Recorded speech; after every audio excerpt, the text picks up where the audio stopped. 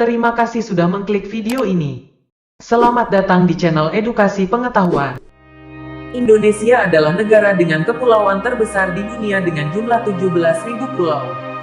Kepulauan Indonesia memiliki luas wilayah sekitar 1.900.250 km persegi, yang mana secara geografis terletak di antara dua benua, yaitu benua Asia, yang terletak di sebelah utara, dan benua Australia, yang terletak di sebelah selatan, dan dua samudera yaitu Samudra Hindia, yang terletak di sebelah barat dan Samudra Pasifik, yang terletak di sebelah timur.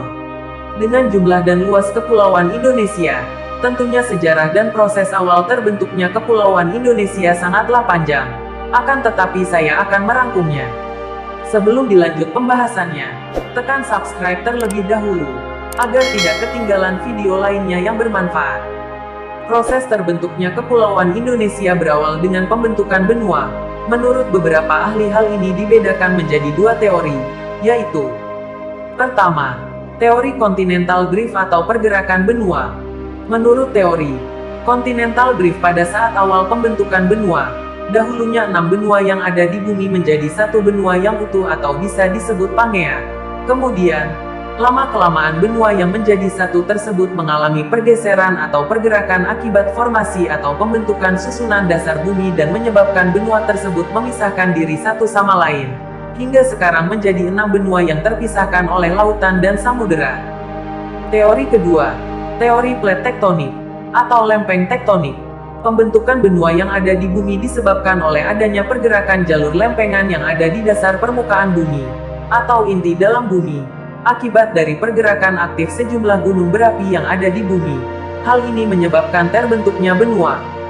Pergerakan ini menyebabkan adanya gempa tektonik dengan magnitud yang besar dan dahsyat sehingga membelah beberapa daratan menjadi beberapa benua. Dalam hal ini, sejarah pembentukan Kepulauan Indonesia terjadi ke dalam beberapa proses, dari sejumlah sudut pandang yang ada.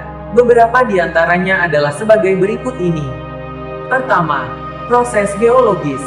Pembentukan Kepulauan Indonesia dapat dijelaskan dari proses geologis yang terjadi pada saat proses pembentukan alam, yaitu proses endogen dan eksogen. Tenaga endogen adalah proses pembentukan alam yang bersumber dari aktivitas dinamik dalam bumi. Aktivitas ini menyebabkan adanya deformasi kerak bumi yang mengakibatkan adanya formasi daratan, dan akibat daya yang maha dahsyat sehingga sejumlah pulau di Indonesia terpisah antara satu sama lain. Gerak endogen ini dapat diketahui dari adanya letusan gunung berapi dan gempa bumi.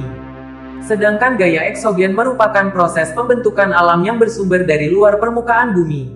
Gaya atau tenaga eksogen ini meliputi iklim, hujan, angin, dan perubahan temperatur batuan yang mengalami pelapukan atau mengalami proses geomorfologi.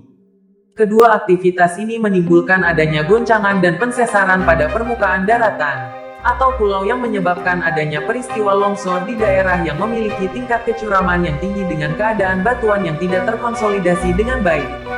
Kedua, proses lempeng tektonik.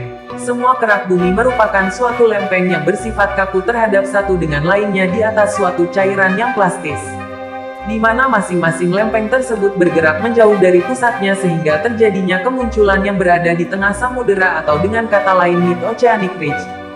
Kemudian, lempeng ini menyusup ke bawah lempeng lainnya melalui suatu jalur pembengkokan atau subduction zone, atau bergeser terhadap lempeng lainnya dengan dibatasi oleh sesar mendatar.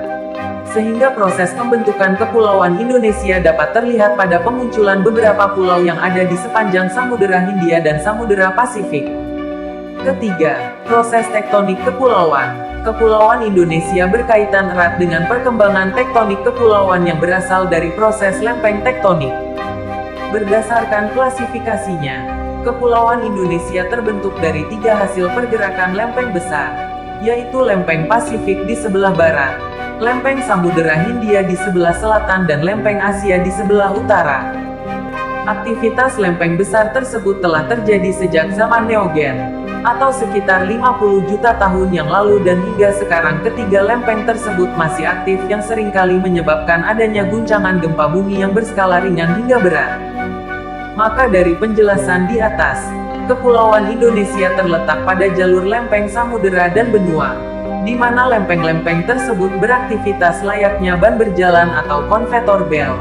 Dan lempeng-lempeng tersebut dipisahkan oleh adanya suatu batas lempeng yang sifat pergerakannya adalah konvergen, atau saling bertumbukan, dan divergen atau sebar pisah.